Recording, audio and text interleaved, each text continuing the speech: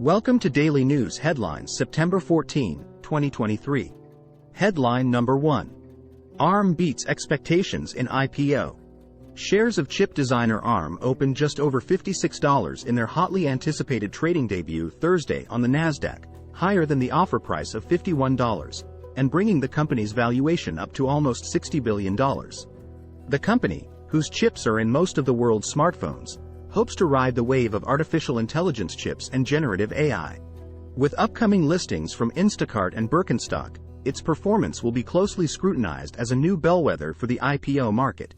ARM CEO Rene Haas told CNBC that the company's China subsidiary is doing well and holds particular promise in data center and automotive applications. ARM owner SoftBank will still own a 90% stake after the deal. ARM partners Apple, Google, Nvidia, Samsung, TSMC, AMD and Intel have all said they intend to buy shares during the offering. Headline number 2. Wholesale prices surge on gas costs.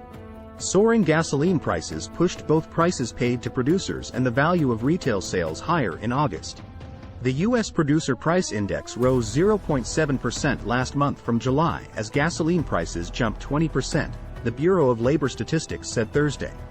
The annual increase in the index is also the biggest in a year and the second straight month of gains, following a long decline. Retail purchases, unadjusted for inflation, increased 0.6% from July, mostly on the back of gas sales, the Commerce Department announced. The Consumer Price Index on Wednesday showed prices rising at a faster annual rate of 3.7% in August, also on the back of surging gas prices. New jobless claims, a proxy for layoffs, rose by 3,000 to 220,000 last week, fewer than the 226,000 expected by economists in a FactSet survey. Headline number 3. Ford CEO fires back at UAW leader as the United Auto Workers strike looms. Ford CEO Jim Farley has taken aim at the union's president, Shawn Fain. Farley said Fain didn't show up to a planned meeting earlier this week, and that Ford has received no genuine counteroffer from UAW to the automaker's 4 proposals.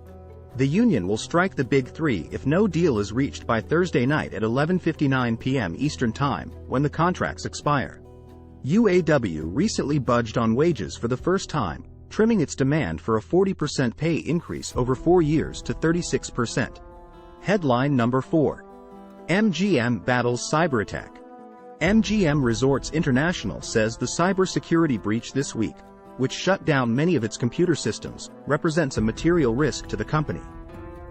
Various reports said the company's corporate email and hotel booking systems were still offline, with many digital room keys not working.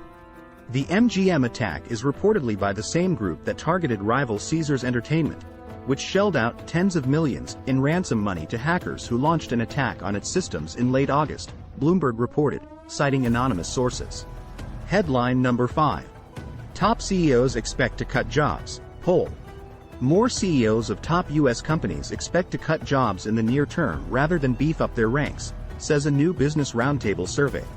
It shows that 27% of corporate leaders intend to add workers over the next 6 months, down from 33% in June and 47% from the same time last year. By contrast, 32% foresee a lower headcount at their companies. On a more positive note, expectations for sales and capital spending were unchanged, suggesting business conditions remain stable. Headline number 6. Delta changes lounge status rules. It's getting harder and harder to get into a Delta Airlines lounge. The company will be changing the criteria for earning elite status, in addition to limiting access for American Express cardholders to 6 visits a year in 2025. Delta's medallion tiers will be based solely on dollars spent starting in 2024, not miles flown.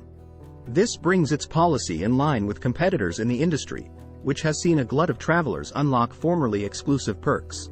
A Delta executive said the goal is to reserve those for our most premium customers. Fact of the day. U.S. car insurance prices have soared nearly 20% in the past year. Thanks for watching.